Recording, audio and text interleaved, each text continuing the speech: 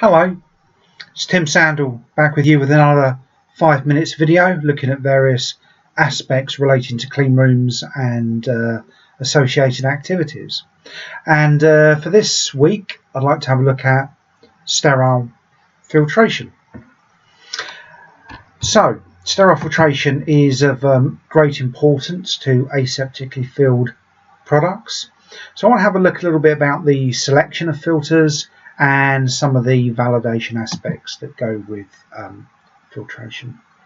So filtration is a means of sterilizing either liquids or gases, anything that gets classed as a fluid, and this is through the removal, separation if you like, of microorganisms from the liquid or gas that we wish to sterilize. So it's different from, say, dry heat or moist heat where we're destroying microorganisms. With this form of sterilization we are separating microorganisms, and it's needed in aseptic processing because we cannot subject our product to heat. So the filtration process, I say, involves this kind of removal activity, and that's done through a combination of different mechanisms. So we have internal impaction, we have the logging of microorganisms within the filter matrix, and then we have things like physical interception as well. And how well a filter works is dependent upon the chemistry and the surface characteristics of the membrane and how compatible that membrane is with the actual product. It also depends on how many microorganisms and which species are within the product that we're trying to filter, and also the fluid itself and how everything interacts together. So it's quite a complex process to that degree. Now, sterilizing grade filters tend to be cartridge filters, and they're defined as sterilizing grade filters by having a porosity of 0.22 microns, and this is known as the removal rating. And the filter matrix is very big and it's incredibly compacted in order to fit into the cylindrical cartridge. So we have lots and lots of layers of active filtration media, and this is necessary for the amount of fluid that we're passing through, and also to give additional assurance of catching any microorganisms that go through subsequent layers of the filter matrix. Now, with porosity, this 0.22 micron size, this is not derived from a physical measurement. On the slide there you'll see there's an electron micrograph.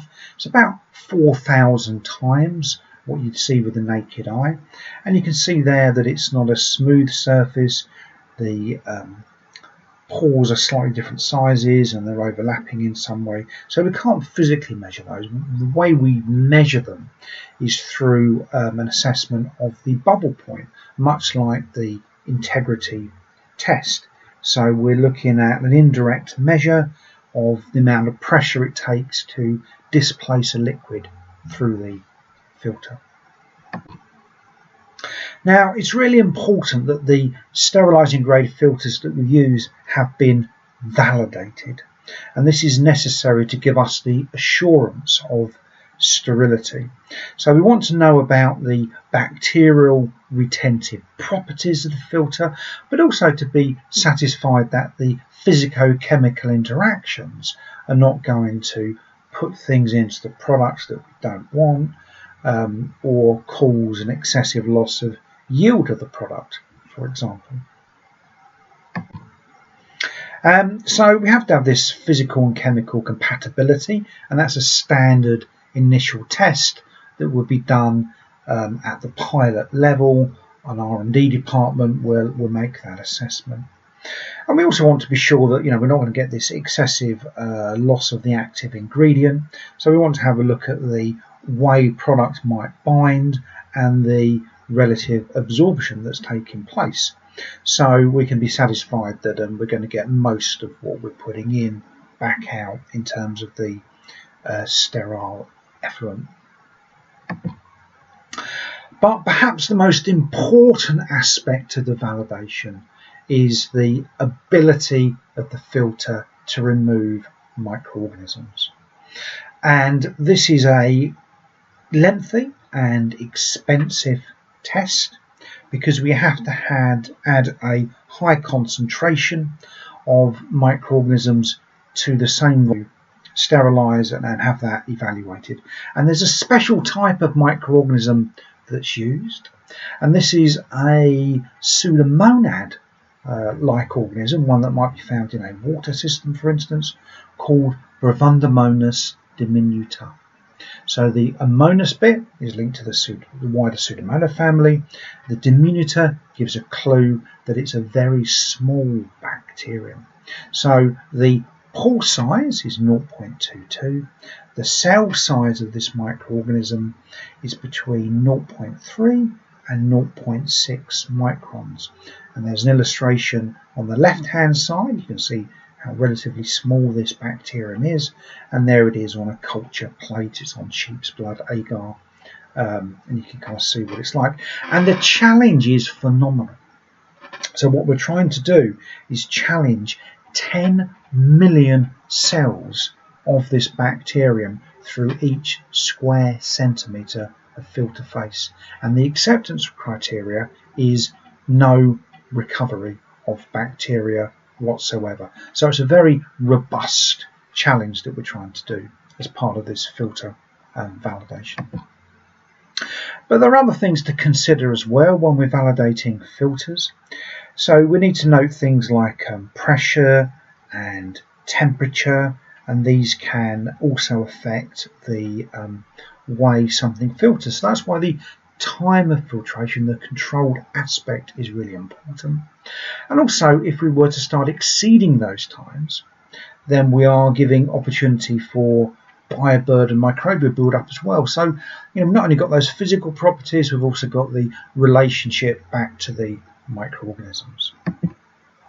We also need to be mindful of toxicity. We don't want any toxic substance to come from the filter and end up in the product. So this is what's referred to as extractables, anything where the product comes into contact with the filter and might be extracted into the liquid material. And if these were of great concern, then these would also be known as leachables, because they've actually got in and they bound with the product and they're travelling through the filter membrane and ended up in the sterile bulk. We also want our filter to be free of bacterial endotoxins. We don't want it to be adding endotoxins to the process, and also we want it to be free of beta-glucan. Beta-glucan is a component of the fungal cell wall, and it could also occur in certain cellulosic-based filter membranes. And this is an impurity, and it can also cause a physiological reaction.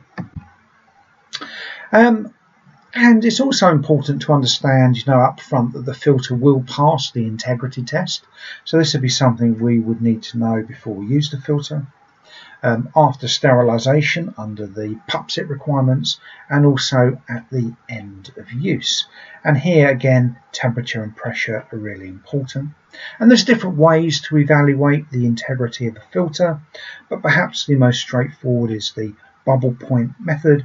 And here we're applying a pressure to find out the point that liquid will be displaced, and that allows us to verify that the pore size was appropriate, and also that the overall filter structure remained integral as well. So it's the overall integrity of membrane and the housing gaskets and all the other aspects.